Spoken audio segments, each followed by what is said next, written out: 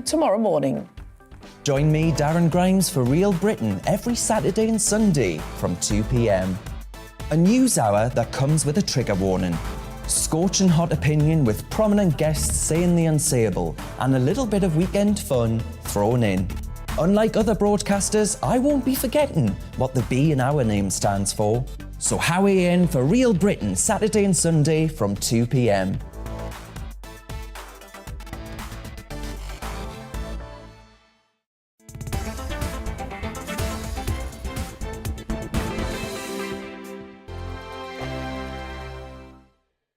Europe is in the grip of the most devastating humanitarian crisis since World War II. The people of Ukraine are facing unimaginable suffering as their homes are destroyed and their loved ones are killed. Millions of people are being forced to flee for their lives, carrying only their children, their pets, and the clothes on their back. The pain, loss and destruction grows by the day. The people of Ukraine urgently need our help. Already a vast humanitarian operation is underway. Britain's Disasters Emergency Committee, or DEC, brings together 15 leading aid charities to respond to overseas disasters quickly and efficiently. These charities include the British Red Cross, CARE, Oxfam, Save the Children, and World Vision. Their teams are working on the ground in Ukraine and neighbouring countries to bring vital aid to those who need it most. If you can spare it, your gift to the DEC's humanitarian appeal will go a really long way. £10 provides essential hygiene supplies for a person for a month. £50 provides blankets for 4 families. £100 provides emergency food for 2 families per month. It's easy to give. You can donate online at dec.org.uk or call the 24-hour donation line on 0370 60 60 900. If you prefer to send a cheque, please post it to the Ukraine Humanitarian Appeal, PO Box 999, London, EC 3A 3AA. To give £10 on your mobile, simply text the word crisis to 70150. Standard network charges apply for calls and you must be 16 or over. Texts are charged at the standard network rate and your £10 donation will be added to your bill. 100% of your donation goes directly to the DEC to save lives and deliver critical support where it's needed.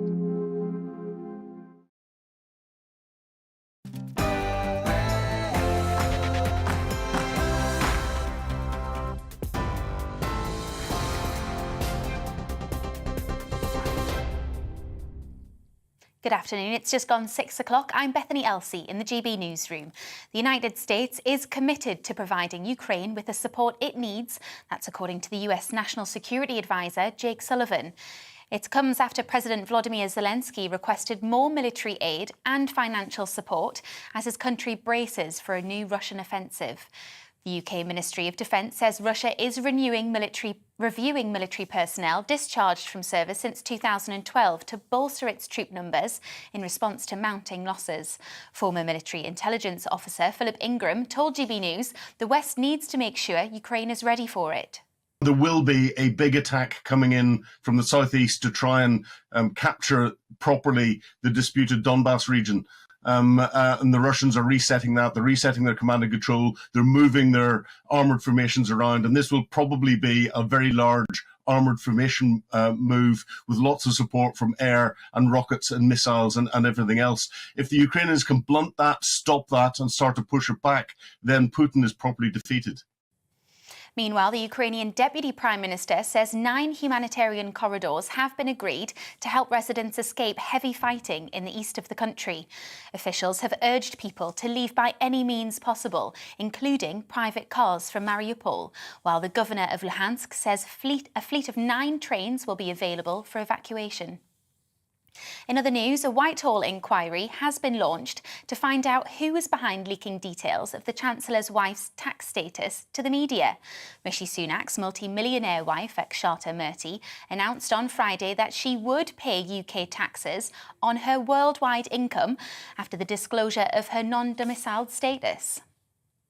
The Prime Minister's LGBT advisor has said he's dismayed by the decision to exclude transgender people in a ban on conversion therapy. The The government U-turn has sparked fury, with hundreds of protesters gathering outside Downing Street and in Belfast to demand transgender people be included in the ban. Nick Herbert says it reflects more time is needed to help young people with gender dysphoria, adding the cancellation of the Equality Conference is damaging to the UK's global reputation. Haulage companies are calling for priority status at port crossings into Europe for those holding perishable goods. Bad weather, Easter traffic, IT issues and the suspension of P&O ferries at Dover has led to long queues. The British Meat Processors Association say some of its members have had to wait for over 24 hours to cross, causing meat and other foods to go off. The Department of Transport has yet to comment on the proposal. Incumbent French President Emmanuel Macron and top challenger Marine Le Pen have cast their vote in the presidential elections. Voters have cast ballots across France in the first round of voting. The turnout an hour ago was 65%. That's 4% lower than the 2017 elections. Polls on Friday showed Macron with a slight lead over far-right candidate Le Pen. Journalist and broadcaster Nabila Ramadani told GBNews she was sceptical of a Marine Le Pen victory due to her far-right agenda. And Merseyside police have launched an investigation after Manchester United forward Cristiano Ronaldo appeared to knock a mobile phone out of a supporter's hand at Everton. A video appears to show the player smashing a phone out of a rival fan's hand and onto the ground as he limped off the pitch following United's 1-0 defeat at Goodison Park. Ronaldo has since apologised on social media, and the club confirmed they were aware of the matter. On TV, online and DAB+ radio, this is GB News. It's political correction in just a moment.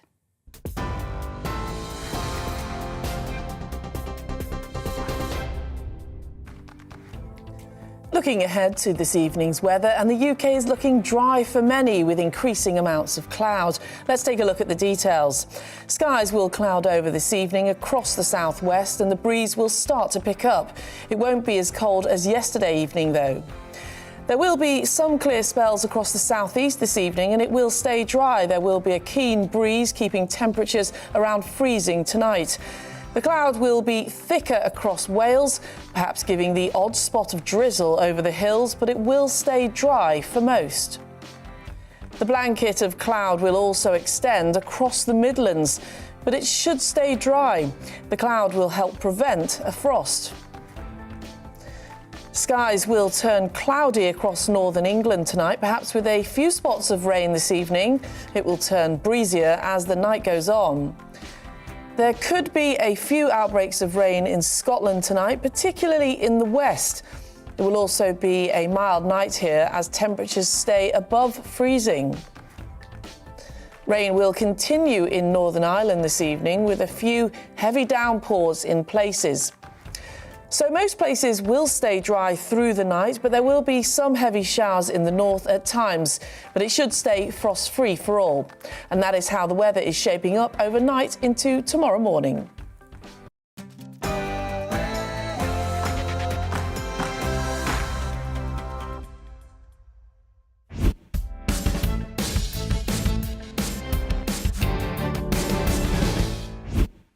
Good morning, you're watching and listening to GB News and this is The Political Correction. I'm Arlene Foster. I'm Deanna Davison and we're joined today in the studio by Paul Embry. So we're here for the next 2 hours to correct politics and put you, the people, back in charge. As we know, this is not a show about journalists talking to journalists, it's about you telling us what you think. Coming up this hour. We're joined by one of President Zelensky's advisors to discuss the ongoing war in Ukraine as reports of war crimes continue to amass.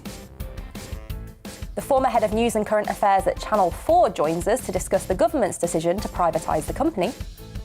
And we take a look back at what proved to be a tough week for the Chancellor, Rishi Sunak. As always, we want to hear from you today. So if you want to get involved in the conversation and have your point of view included in today's show, please email us on gbviews@gbnews.uk or tweet us at gbnews. This is The Political Correction.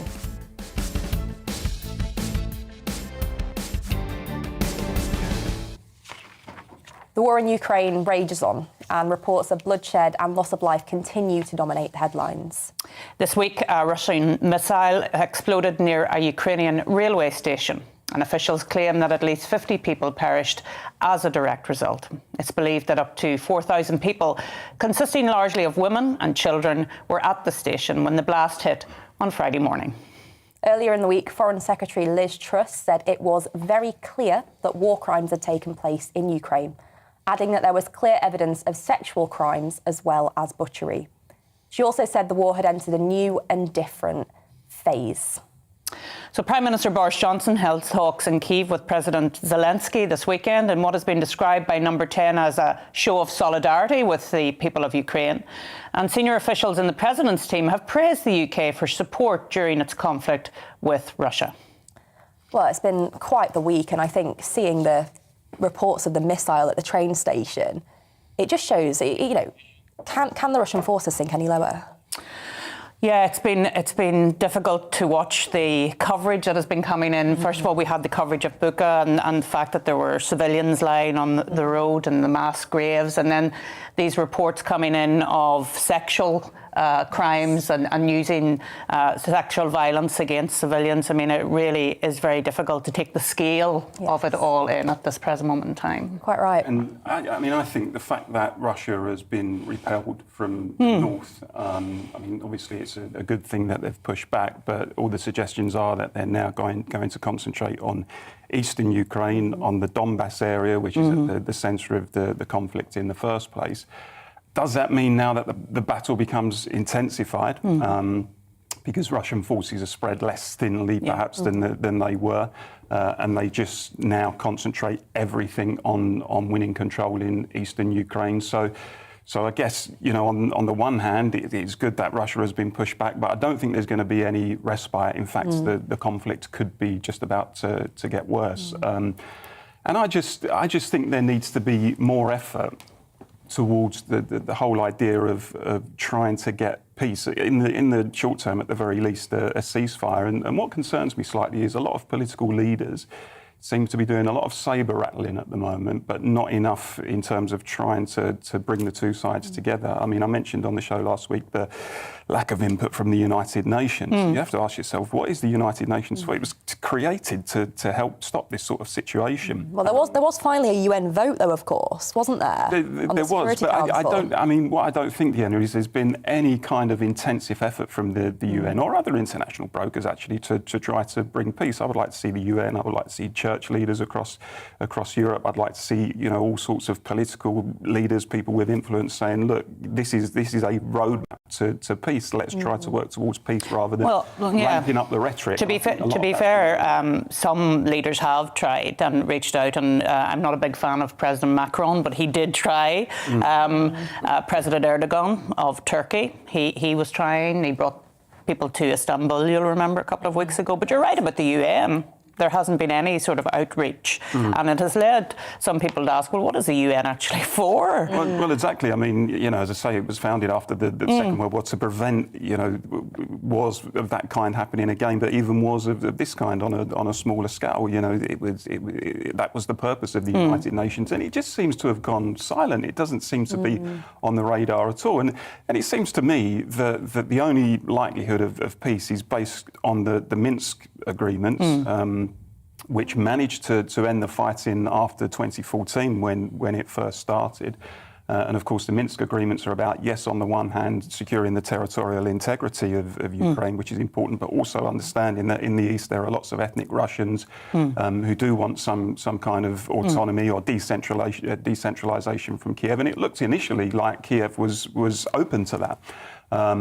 Which is why it bought into the Minsk agreements in the first place. But until that can be revived, then there's no chance of peace coming anytime soon, I don't think. Yeah, and what worries me, I was reading this morning about this new Russian general that has been put in place. I think his name is, just to get it right, Alexander Dvornikov, and he was involved in Syria And you'll remember in Syria there was widespread destruction and murder in Aleppo and homes and places like that. And apparently he has been in place now at the time that this attack happened at the railway station. And you have to ask yourself, is this a stepping up of that sort of thing, you know, targeting civilians?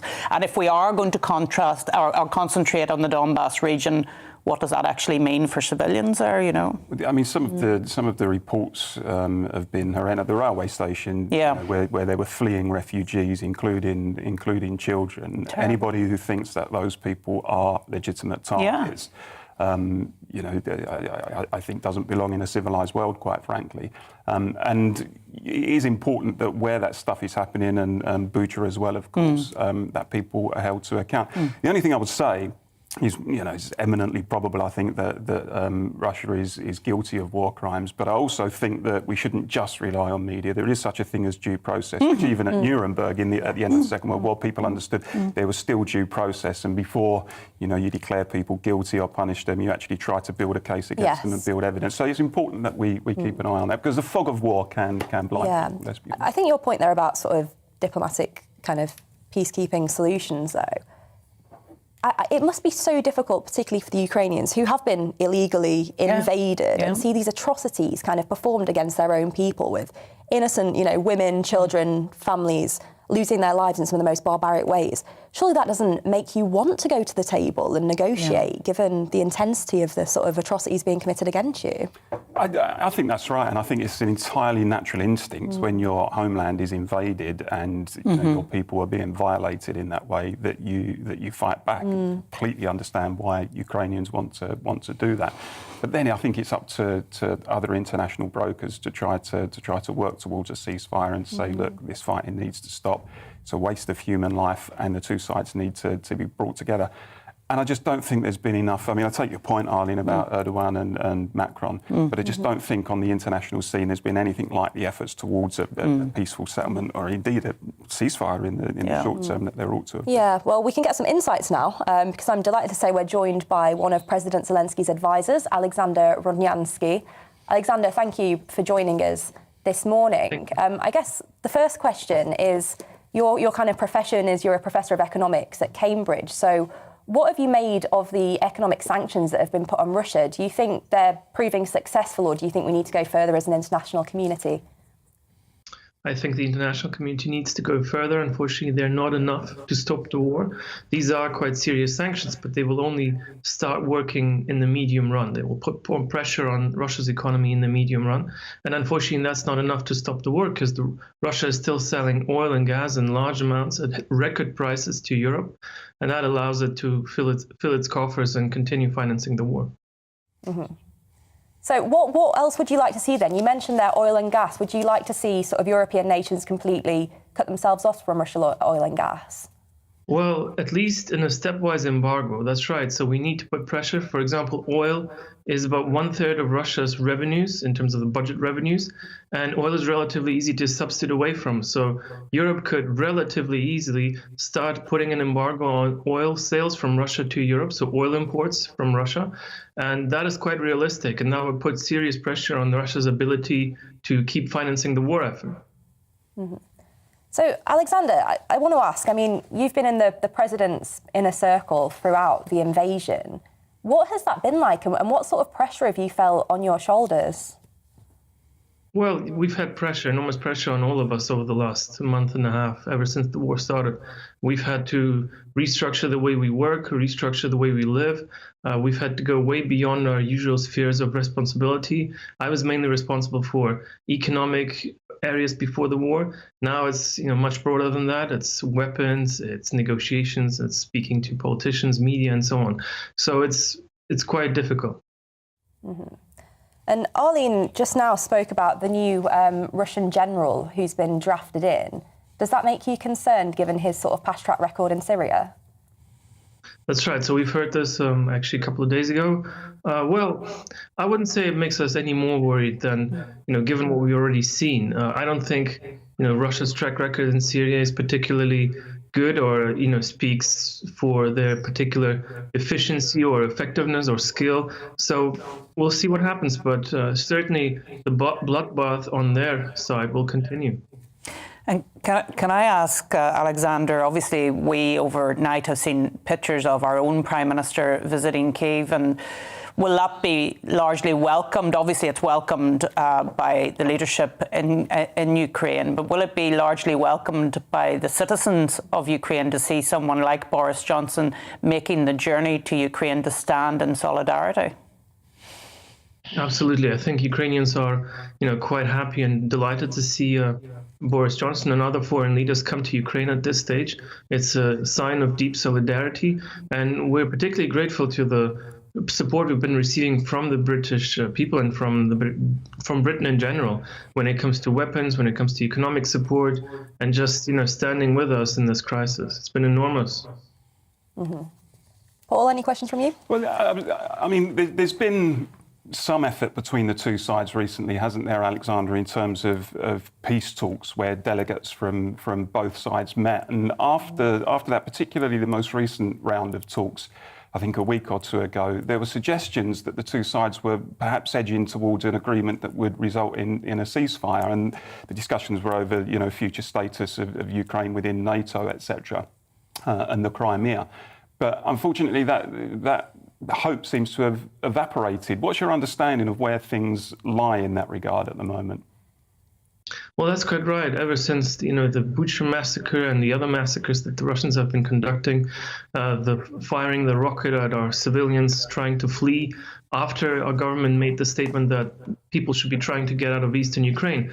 Once we saw what is happening to the civilians in the occupied areas, like in Bucha, this is what Russia reacted with. They started bombarding and killing these civilians, probably in an attempt to stop them from fleeing. So, of course, that makes negotiations much harder. We still have to try and, give it the best shot that we can possibly give it. But I don't think the effort on the Russian side is sincere or, truthful.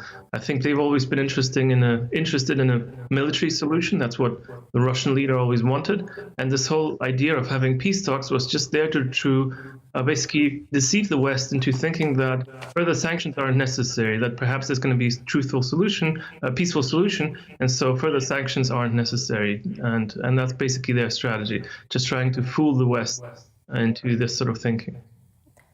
Can we just talk about President Zelensky, Alexander, because he really has been the face of the war effort in the international community. He's spoken directly to parliaments and various assemblies and to world leaders. How is he? I think he's doing well. He's, he's very focused. He's obviously, morale is very strong on his side and in general in our government. He's really holding up really well and just trying to push forward and, just lead the country, which he's doing. Mm-hmm. And it seems to me like he's got the support of the entire Ukrainian population behind him. Is that about right? Yes, that's exactly right. So ever since the war broke out, all differences, all political difference that existed before in Ukraine have been put aside. The whole country's consolidated behind him. He's had enormous support ratings, somewhere around 95% support overall, and that continues. Brilliant. Well, Alexander Rodnyansky there joining us, not only an economics professor at the University of Cambridge, but also key advisor to President Zelensky. Thank you, Alexander. Thanks. So coming up after the break, we're discussing Channel 4 and the government's controversial decision to privatise it.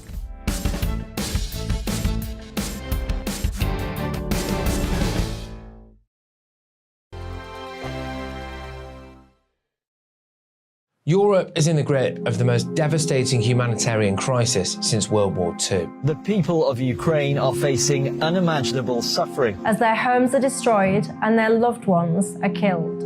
Millions of people are being forced to flee for their lives, carrying only their children, their pets, and the clothes on their back.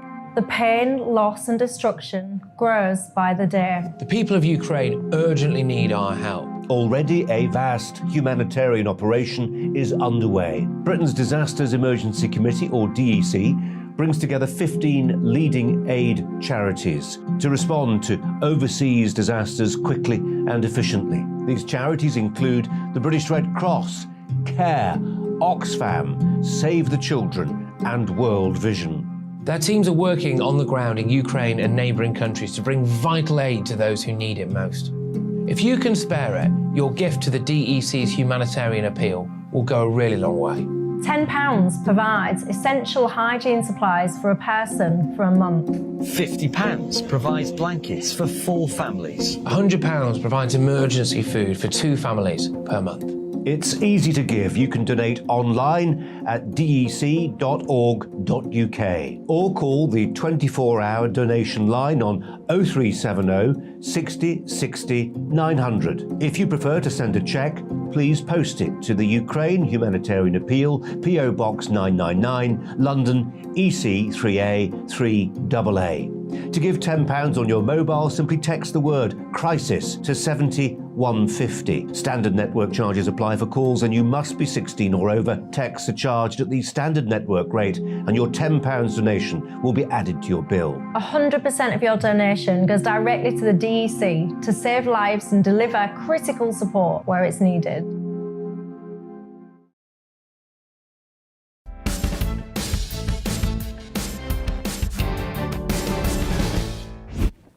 So welcome back to our viewers and listeners, and we're going to have some GB views now. Paul, have you got some views? Yeah, on Ukraine, Tony thinks that we should draw a line from Kharkiv to Odessa on a map. Everything east of that line will become an independent republic, joining the Donbass and Crimea, cutting off access to the Black Sea area. That's from Tony. Reminds me a bit of the line in the sand that was drawn. Absolutely. People talk about drawing lines. It's anyway. Adrian says the Minsk agreements were worth less than the paper they were written on. The question now is for us in the West, the same as it was a month ago. Do we ensure Russian forces are ejected from the sovereign state of Ukraine, or do we let it be crushed and then take the stand in the Baltic states? It will be one or the other. That's from Adrian. Paul, one you're not going to like, unfortunately, from Phil. The comment about sabre rattling and no peace effort is nonsense. According to Phil, the world has tried and Putin does not want peace unless it's on his terms, and that's not going to happen. We've got also on Ukraine. I'll challenge Phil after the programme, by the way. I'll get his number and I'll be on to him. Janice says on Ukraine, seems to me that Putin is doing what helped or orchestrated by him, the same thing as in Syria. He wants Ukraine obliterated.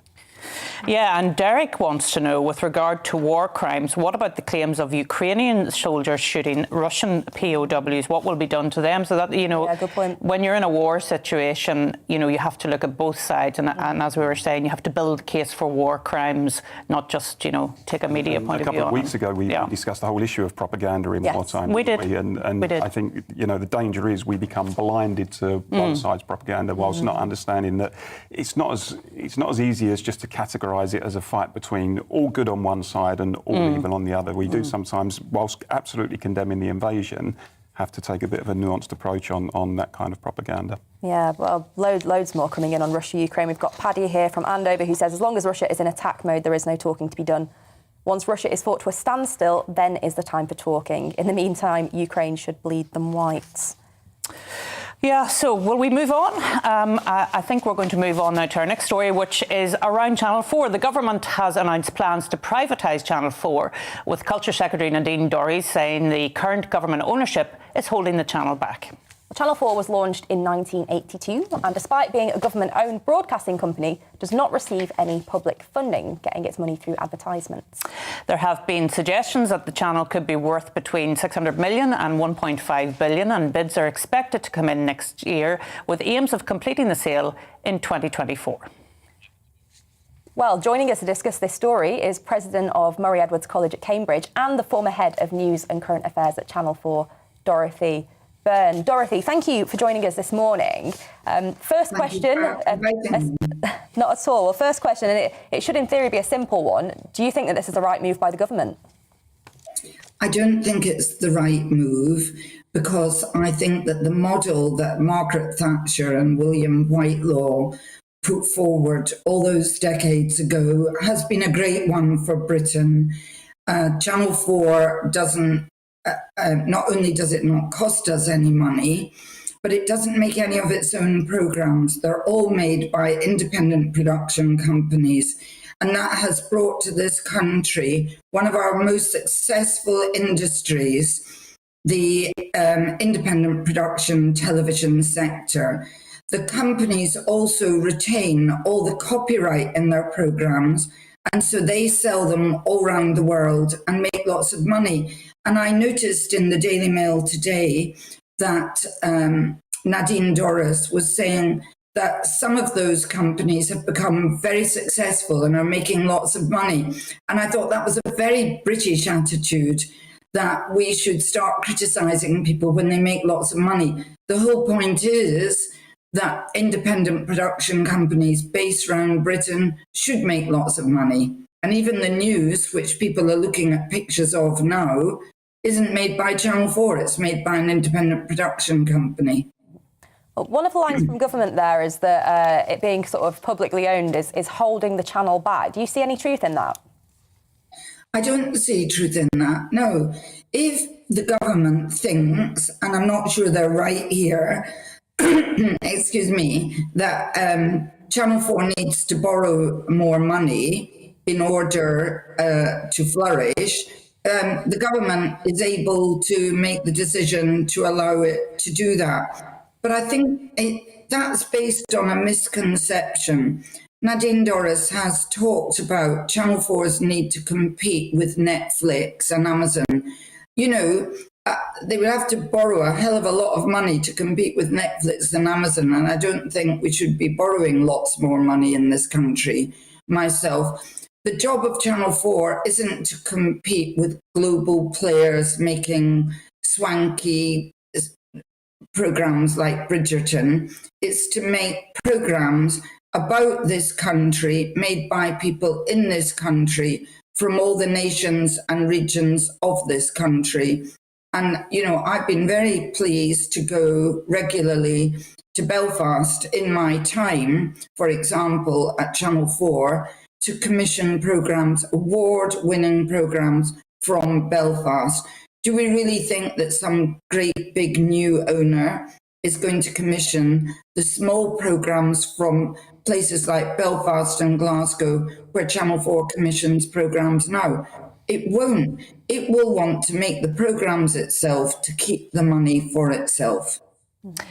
I was going to ask you about that actually, because of course Derry Girls is one of the most successful productions from Northern Ireland, and we've introduced everybody to the language and the culture of the northwest of Northern Ireland from the 1980s and 1990s. Exactly.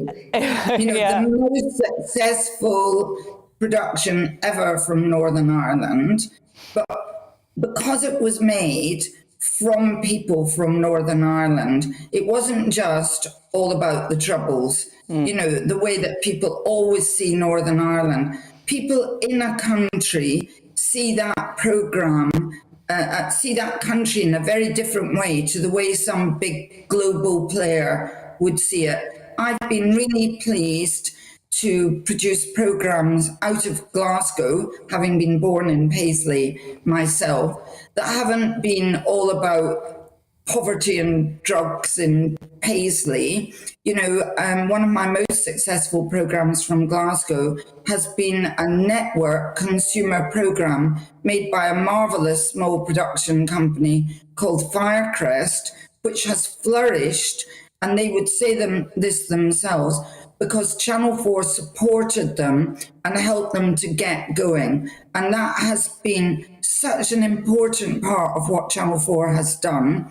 It's had this remit to boost the independent production companies round Britain, and it has made companies rise up in cities where previously they didn't exist. I had to come to live in London decades ago to promote my own career because there wasn't enough for me, excuse me, up in Manchester where I worked at the time. And, you know, we have to stop that happening. Dorothy, would you accept that to a certain degree this has been inevitable? I mean, I oppose the sell-off of Channel 4, but the truth is, isn't it, that the Channel 4 has increasingly been taking a partisan line, particularly its news and editorial programmes over recent years. It's been seen as very anti-Brexit, almost like Guardian TV following the liberal left line the whole time. And eventually people in government were going to say, look, enough, you're not following your remit, we're going to flog you off to the market. You know, I think that this is a red herring. Firstly, it is not the case that Channel 4 has had cases against it brought by a few right-wing people upheld to say that it is partisan. That is just a lie put out. I'm not saying you're a liar, but it is a lie put out. For example, it has done controversial things, and I've done some of them myself, but being controversial doesn't make you partisan. I made a programme with Kelvin Mackenzie called How to Save the Tories. I never made a programme called How to Save the Labour Party. Nobody on the right criticised me for being partisan at that point. I made a programme criticising Nelson Mandela and saying he was a wonderful person, but actually he was not any good as a president. The BBC, ITV, they didn't make that programme. Peter Hitchens has made programmes for me. One of them condemning David Cameron for being insufficiently right-wing. I don't think that... Sadly, we seem to have lost Dorothy there. But I think Dorothy there gave us an insight from former member of Channel 4 staff there anyway, very senior member of Channel 4 staff. But time to move on, I guess. We've been... Well, I thought it was interesting that the left-wing person on the panel was the one that made the point about bias. Absolutely. But don't confuse me with the liberal left. No, I don't at all. It wouldn't offend you like that, Paul. The traditional left. Okay, all right. Now, voters in France are set to go to the polls today for the first round of the country's presidential election. President Emmanuel Macron has ramped up warnings to the French people as far-right Marine Le Pen ebbs further up in national opinion polling, with his own support seeing a slump after losing his war bounce following Russia's invasion of Ukraine. With pollsters currently expecting the final race to be between Macron and Le Pen, what can we expect to see in the following weeks, and what could the outcome mean for France and indeed for the world? Well, joining us now to discuss this, I'm very pleased to say, is French journalist and commentator Nabila Ramdani. Nabila, thank you so much for joining us here on The Political Correction. And talk to us about these opinion polls and what's going to happen today, because, of course, we have the first round is today. Yes, indeed. Well, the election campaigns have gone largely according to plan. Friday was officially the last day of campaigning. Today is the first round of voting. And so we have 12 candidates who are trying to get through the first round. Yeah. They range from the extreme right with Éric Zemmour to the very left-wing Jean-Luc Mélenchon. There are many candidates in between, but those with the most probable chances of success are Emmanuel Macron, the sitting president, Marine Le Pen, the leader of the National Rally Party, and Jean-Luc Mélenchon, who I would describe as a grassroots leftist who is very anti-globalization, and who's someone who, as many French leftists, who he still harks back to the days of global revolution and Marxist movements. For the first round opinion polls, which are usually pretty accurate in France, they put 26% of the share of the vote going to Emmanuel Macron, 22% to Marine Le Pen, and 17% to Jean-Luc Mélenchon. So at a push, Mélenchon could actually tip Marine Le Pen. Who knows? Nabila, how much has Marine Le Pen detoxified the Front National? I mean, it's now called something different, isn't it? But I mean, it was very easy once upon a time to categorise Front National as on the far right when you look at some of their policies, particularly with the influence at the time of her father when he was leader of the party. But lots of commentators now seem to say, actually, they're a right-wing party, but more mainstream. They've dropped a lot of their kind of toxic policies, and therefore they're tapping into more mainstream French opinion. Is that a legitimate assessment? Well, I think what made her more mainstream is in this election, you have seen the emergence of a candidate like Éric Zemmour, who makes her look remarkably moderate. He's somebody who has 3 convictions for spreading religious and racial hatred. The last one in date was for him appearing on live television suggesting that child immigrants are all potentially rapists and murderers. He's somebody who actually described Maréchal Pétain of the Vichy government during the Second World War as somebody who protected the Jews. Now, that goes against all the facts of history. So the emergence of an extremist like him made her policy more palatable, if you like, but she still carries on with her hard right program. She's suggesting now to fine women who wear a headscarf in the public space, and indeed clamp down on immigration by 75%. Not only reduce immigrants who are coming to France, but also clamp down on those who are already here. She has desperately been trying to distance herself from her toxic father, who, let's not forget, is a convicted Holocaust denier, a racist and anti-Semite. But he remains a major figure in the party, and a lot of her supporters remain fundamentally loyal to him, and he crucially remains her father. And let's not forget that her party was literally founded by Holocaust deniers and former soldiers, Third Reich soldiers who fought in the Nazi Waffen-SS. So where's her support coming from? Because obviously the vast majority of French people would not have any truck with Holocaust denial. But if she's, closing the polls to this extent, where people are suggesting there's an outside chance she could win the presidency, where's her core support coming from, and why? Well, we've seen younger people in particular, haven't we? Yes, indeed. That was a very peculiar survey, because it goes against the grain of, young people. You usually think they would be more, have more progressive ideas, more liberal ideas, but to actually be associated to such a party with such a dark legacy is quite astonishing. But I think, general or presidential elections are like any other elections, like presidential rejections. Coming up after the break, we're talking about conversion therapy as well as the Chancellor, Rishi Sunak.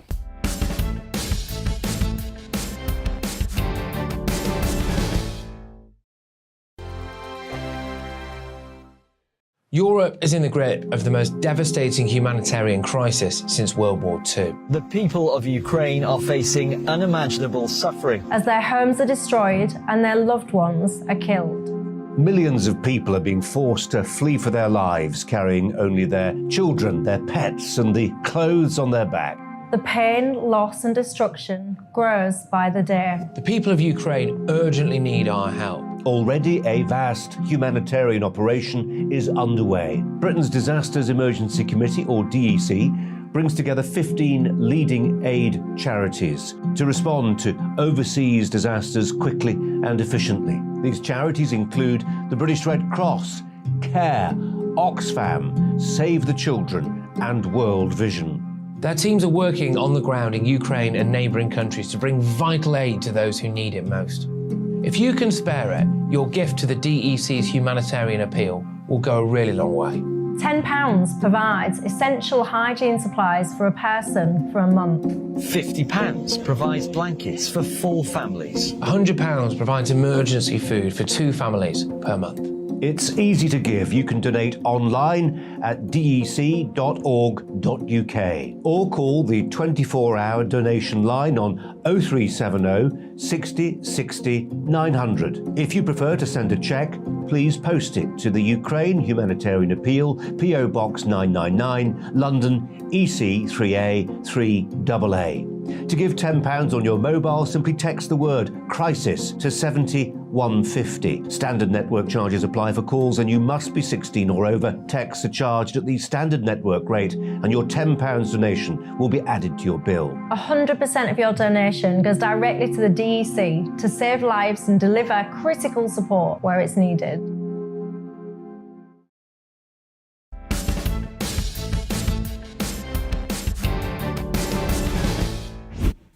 Welcome back to GB News, the political correction, and loads of you, as always, have been getting in touch. Paul, you're getting a kick in today. Am I? We've got Andrew. Paul, you need to wake up and smell the coffee. There's clearly no talking to Putin. Strength and force are all he understands. There you are. Well, anyway, Kenneth from Carlisle tells us, when we voted at the last election, we voted in the Conservative Party, not the left-wing Socialist Party that's in power now. We didn't vote for more crime, high taxes, more immigration and greedy MPs. It's time Boris Johnson and Rishi Sunak were cast aside and replaced by proper Conservatives. My goodness, this is quite a rant. I'd show the view of real socialism. Alwyn remarks, the UN is a toothless tiger and always has been. It relies on countries within the UN to provide troops to manage any ceasefire. To have that, you must have a ceasefire, and Putin will not agree to that. Yeah. I've served with the UN in a number of areas, from Cyprus to the Balkans. No country would commit troops at the present time. Well, one here for you, Arlene. Pat says, does Arlene think Boris should show the same dedication to defending Northern Ireland's borders as he does to Ukraine's? Yes. I'm shocked by your very answer. straightforward answer to that. Yeah. Yeah. Anyway, Camilla is touching on something that we're going to be discussing in a few moments, and that is people may not like politicians who are rich, but as long as non-dom status is legal in this country, their wives should not be bullied or harassed by anyone, and we're going to touch on that very soon. We will. And Dorothy, on the same subject of Rishi Sunak, says that Sunak is more concerned about protecting his wife's fortune than he is about the people of this country. He's been economical with the truth about his own status. He should do the moral thing and resign. I'm guessing you don't disagree with that one, Paul. No, I'm happy to go along with that one. Anyway, we've got some good ones on Channel 4 here, which I just want to get in before we move on. GBNews, according to Donald, should buy Channel 4. That'll sort them out. Which Donald is that?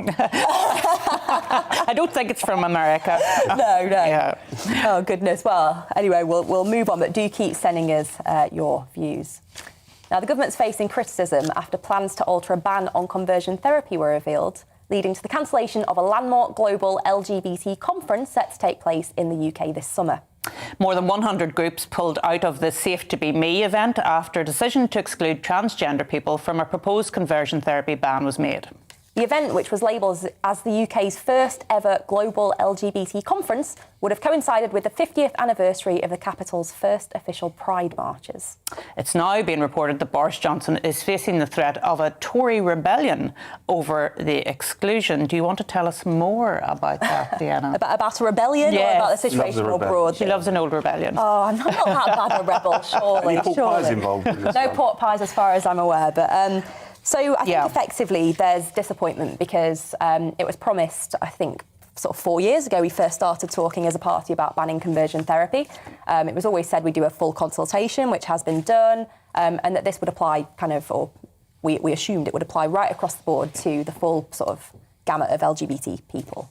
It was in the Queen's speech that this would go ahead, and then suddenly, I think it was early last week or late the week before, we heard that conversion therapy ban was not going to take place at all through legislation, saying that we'd explore non-legislative ways, which went against what we promised we would do and what we promised in that Queen's speech. There was then a very quick U-turn over this after, I think, quite a substantial kickback from quite a lot of Tory MPs. You know, I was one who got in touch with the Prime Minister and with the whips on this to say, we promised we'd do this, it's really important that we do. So then there was a bit of a U-turn, but it was only a partial U-turn, saying that the ban on conversion therapy would go ahead, but only for LGBT people and not for trans people, which not only kind of seems to go against what was promised, but also has led to this huge kickback by lots of LGBT sort of charities and organisations who then threatened to boycott the global LGBT conference that was going to take place in the UK. And so the government has scrapped the conference pretty much entirely. And that's where we find ourselves now. And having spent £650,000 on it. £650,000 of public money already spent on this, but also the amount of time that has gone into this from the officials involved who've been trying to get the organisations on side, and not just UK organisations, of course, but organisations and states all over the world. Yeah, but back on the conversion therapy piece, Deanna, I think the issue for Christian churches, for example, is the fact that they believe the definition that is being proposed by some campaigners, maybe not by the government, but by some campaigners, is that it doesn't just deal with medical interventions or medical procedures. It also deals with praying, with preaching the gospel. And of course, that's of grave concern to them in terms of the freedom to be able to do that. So I think that's why you see institutions like some of our churches, Christian Institute, people like that coming forward and saying they have grave concerns about the scope of the definition. I don't think anybody argues for conversion therapy to be available in terms of medical procedures, but there is a concern around prayer, and private counselling. So that's where they're coming from in relation to that. Of course, and I think religious freedoms really kind of do need to be protected in this. But this is where it all comes down to the drafting of legislation, doesn't it? And making sure that the kind of whole wide range of views really are taken into account there. And I think my kind of argument on this is if nations like Canada, New Zealand, France can find a middle road that bans the most abhorrent conversion therapy whilst also allowing some of those religious freedoms to still be continued, allowing people to go and, talk to, pastors and get that sort of verbal support. If it can happen elsewhere, why in our country can we not find that middle ground through legislation? I mean, I think the government made a mistake from the outset by conflating sexual orientation with gender identity, which are two completely separate things. I mean, the whole idea around trying to convert someone who's gay, I think, just seems a bit pointless, to be honest. I mean, I understand Arlene's point. There's got to be that religious freedom for people to have those sensitive discussions with people through their church or whatever. Consensual, as long as it's consensual. Absolutely. And I mean, I think that's the important point of all of this, isn't it? Absolutely. But I think when it comes to gender identity, I think it's a different thing entirely, because this can often involve medical procedures, for example. It can involve irreversible medical procedures, which if you undergo that when you're a young person, and you later regret that, then you're not in a position really to do anything about it. And the famous case of Keira Bell, for example, who underwent that sort of treatment and did come to regret it, and then later sued the clinic because she believed that they failed her in that regard. So I do think there's issues around free speech. I think there's issues around religious freedoms. I'm not convinced that a law on conversion therapy for gay and lesbian people is absolutely necessary, but I certainly believe that when it comes to trans issues, it's much, much more controversial. Yeah. And, as a parent, if my child was going through, that kind of thing where they were thinking about transitioning, I would want professionals to have the freedom to say to them, look, this is what it really means, and to have that sensitive discussion. And my fear is that on something like that, which is irreversible, we don't have that freedom, and I think that's a real danger. But I think my kind of pushback to that would be that those kind of spoken kind of therapies and counselling would still be available through sort of dedicated, trained medical professionals who'd be able to have those conversations, counsel people through that, because, we know that gender dysphoria is a thing, particularly amongst younger people who are potentially going through puberty, struggling with their own sense of identity. It wouldn't ban that. It wouldn't ban those sort of therapies. What worries me about that, I mean, you mentioned about gender dysphoria, Deanna, and unquestionably in recent years we've seen, I think, quite a dramatic increase in diagnoses of gender dysphoria. And of course, we should have sympathy and compassion with people who are struggling with their identity in that way. But I just think that we have to have the freedom to speak to people, because there is such a thing as social contagion, and there is such a thing when you're a young person of following a particular trend. Now, I'm not saying everybody does that, but I would like to see some study carried out into the effect of social contagion on, for example, gender issues, and if there is that social contagion to a significant degree, then it is eminently possible that there will be a number of people in the future who said they had gender dysphoria at one particular time in their lives when they were young, but didn't have it later. And, I've known young people, for example, who have said, they're bisexual or they're lesbian, and a few years later they're not, and, they're heterosexual. And of course, when it comes to conversion therapy in terms of sexual orientation, that isn't so much a problem. But as I say, when it involves a medical procedure like gender identity, it can be a big problem later in people's lives, I think. Well, I'm certainly hoping that we can find that middle road. And I think the thing about the sort of trans debate that I find the most frustrating is it pulls out the worst of both sides sometimes, and it gets incredibly heated, which makes it even more difficult to find that sensible, pragmatic middle road. Yeah. And that's what I'm really hoping we can manage sort of in the coming months and years, is that we find that really sensible kind of approach that allows trans people to live completely freely in the way that they want, but whilst also, dealing with concerns with people around sort of single-sex spaces. And I think we can find that middle road. We just need to find the will on both sides and take some of the heat out of the whole debate in order to do it. Perhaps we should get the UN involved. I think most definitely 10 years later, we're still here having this conversation. Most definitely not. Anyhow, I think we're going to move on, and we're going to talk about a huge story which has, there's been more coming out all over the weekend, and this week the Chancellor Rishi Sunak faced questions about his wife's financial affairs after it was revealed that she held a non-dom tax status, which is designed for those who do not permanently reside in the United Kingdom. And since the news broke, Akshata Murthy has said that she will pay UK taxes on her overseas overseas income and said she didn't want to be a distraction for her husband. Opposition parties have accused the Chancellor's family of benefiting at a time of financial hardship for so many across the country. The Chancellor, meanwhile, has also admitted to holding a US green card whilst in the job. Fair to say, it's not been the easiest week for Rishi Sunak. Paul, have you any sympathy for the Chancellor at this moment in time, given that his wife has become the focus? And she's not a political person. Let's be honest about it. She's very private. I think Ed Miliband called this right earlier in the week when he said there should always be a very high bar before we go for the spouses or the families of politicians, and he's quite right about that. But in this case, when you have someone in 11 Downing Street responsible for the nation's finances, and his own spouse has got particular tax arrangements which are quite controversial and many people would argue are quite immoral, then I think it is in the public interest to have a debate about that.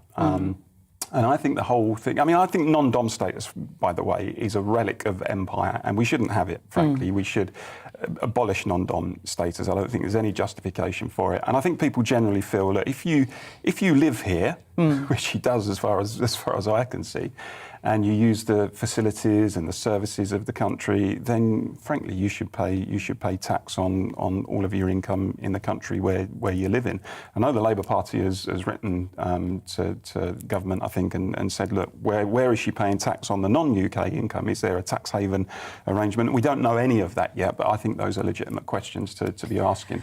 I just think it's one of those things where there's nothing illegal about it. No, and that's the point. Absolutely nothing illegal about it. Yeah. But whether it's moral, and I just think there's a lesson in life that if it feels wrong, it probably is wrong. And I think a lot of people are probably looking at this situation and thinking, cost of living, I'm paying through the nose for energy and in the shops, etc. And the Chancellor and his family are saving millions and millions in particular tax arrangements. And so I think it's a legitimate debate to have. My goodness, Diana, I was just reflecting on this last night and thinking about 4 months ago, the Prime Minister was under incredible pressure to go. And Rishi didn't say too much about it at the time, kept his head down. And now it's he that is under incredible pressure and his family.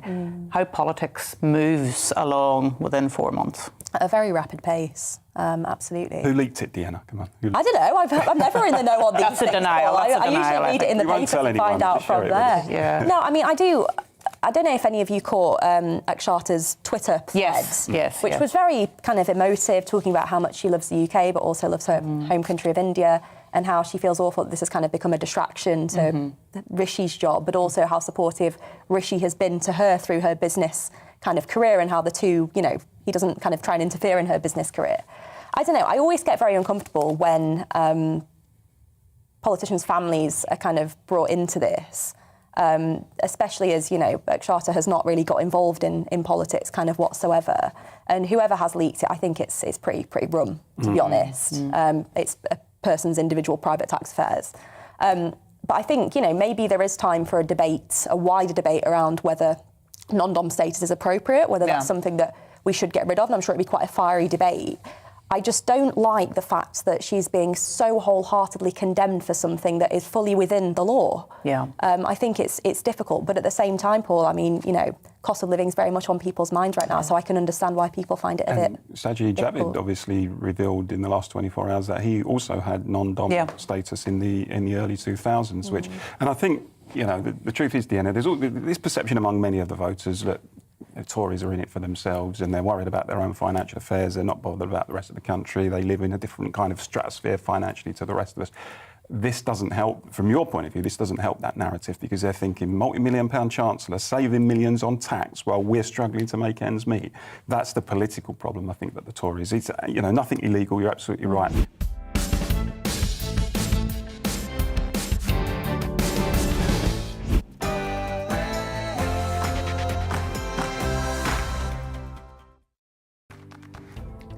Looking ahead to this evening's weather, and the UK is looking dry for many with increasing amounts of cloud. Let's take a look at the details. Skies will cloud over this evening across the southwest and the breeze will start to pick up. It won't be as cold as yesterday evening though. There will be some clear spells across the southeast this evening and it will stay dry. There will be a keen breeze keeping temperatures around freezing tonight. The cloud will be thicker across Wales, perhaps giving the odd spot of drizzle over the hills, but it will stay dry for most. The blanket of cloud will also extend across the Midlands, but it should stay dry. The cloud will help prevent a frost. Skies will turn cloudy across northern England tonight, perhaps with a few spots of rain this evening. It will turn breezier as the night goes on.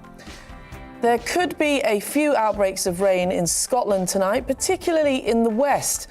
It will also be a mild night here as temperatures stay above freezing. Rain will continue in Northern Ireland this evening with a few heavy downpours in places. So most places will stay dry through the night, but there will be some heavy showers in the north at times, but it should stay frost-free for all. And that is how the weather is shaping up overnight into tomorrow morning. My name is Andrew Doyle. Join me every Sunday evening at 7 p.m. for Free Speech Nation. This is a show where we address current affairs and news stories of the week with the help of two wonderful comedian panellists. I brought in comics because I want to give it a lighter edge, and also they work for less. See you there.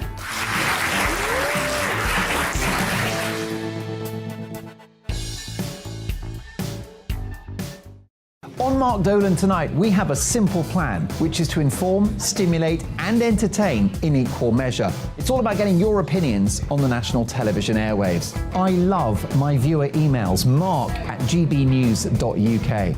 So do join me from 9 p.m. to midnight every Friday, Saturday and Sunday for big guests, big opinions and a big presenter. 6'5", don't you know? See you then on GB News.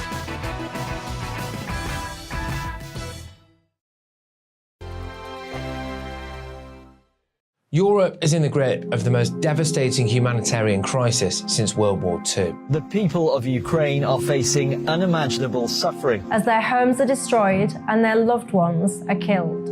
Millions of people are being forced to flee for their lives, carrying only their children, their pets, and the clothes on their back.